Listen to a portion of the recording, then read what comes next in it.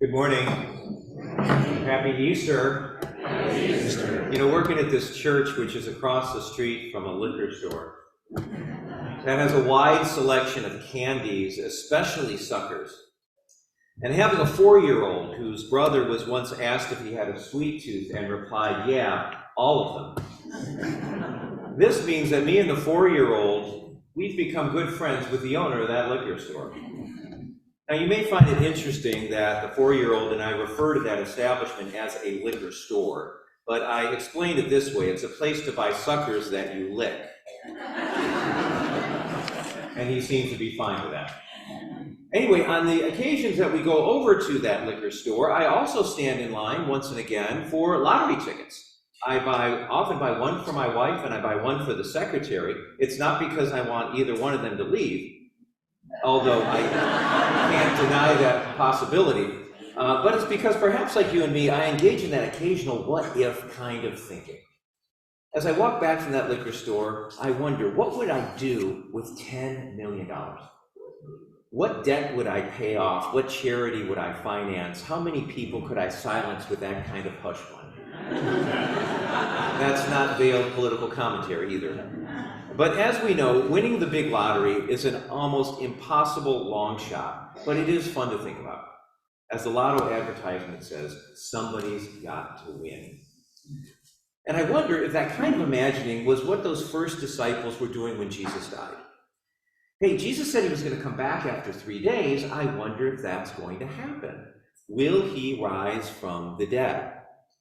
Now, I understand that that kind of thinking is considered blatant fantasy by a lot of science-minded people. Come on, how could anybody rise from the dead? How could it be possible? And we hear this even among Christians. Believing a human can literally be resurrected from the grave is far-fetched, perhaps something for the small-minded, the ill-informed, or the UFO/InfoWars crowd. And the Christian story is based not on Jesus' good works, his marvelous teaching, or his sterling example, but on the Easter event, on the resurrection, of which St. Paul writes quite clearly, if Christ has not been raised, our preaching is useless, and so is our faith. The resurrection is at the heart of it all. But to look at this Easter story is to also look at its impact. 2,000 years of history and Christianity becoming the biggest, the most influential religion the world's ever known, that has founded more schools, more hospitals, social service agencies, and influenced more philanthropists and charity groups than any other.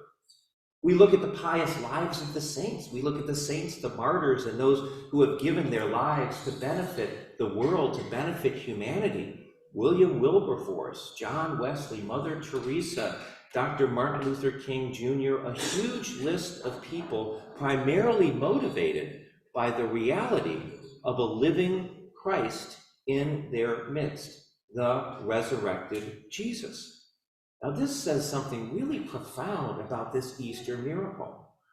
And to look at the Easter story and its impact is to also look at ourselves, at the personal, at the intimate. And all of the many, many stories that you and I have of otherworldly encounters, of personal interactions with the divine. Some of you may have heard me tell the story of one of our parishioners recently. She, as a young mom, she was working at the kitchen. She was at the kitchen sink looking out the window one day when she felt somebody tap on her shoulder.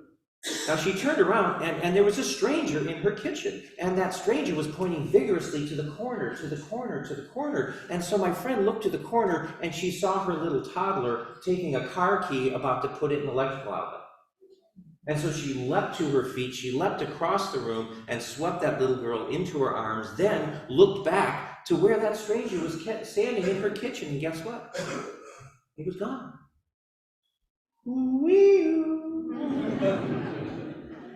This story was told in the context of our Lenten presentations back in March. Some of you were there. The presenter, Jonathan, had asked the 25 or so of us gathered there if we'd ever had a personal, experiential encounter that we credited to God or to Jesus. Arms shot up. Not everyone, but enough people to make you think. In fact, arms might shoot up here if the same question were posed. And so when we look at these things, the impact of the resurrection, and a living Christ throughout history, and the abundance of unexplainable otherworldly encounters that pervade, that exist, I wonder if it's not a stretch to say, as one theologian concluded, that on the first Easter morning, something indeed happened. And what I would like us to ponder, friends, this morning, amidst all of the varied and various baggage that we all brought in with us this morning, is that if something happened, anything can happen. If something happened, anything can happen. That's the title of this sermon, all compacted into a tweetable size.